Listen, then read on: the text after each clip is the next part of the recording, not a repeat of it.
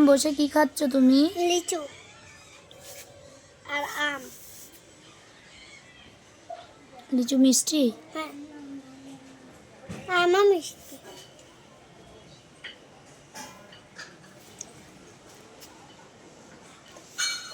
আম নাম নাম।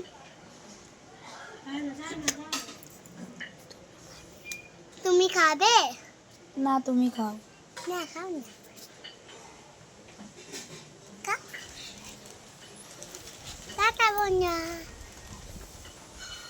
টাটা।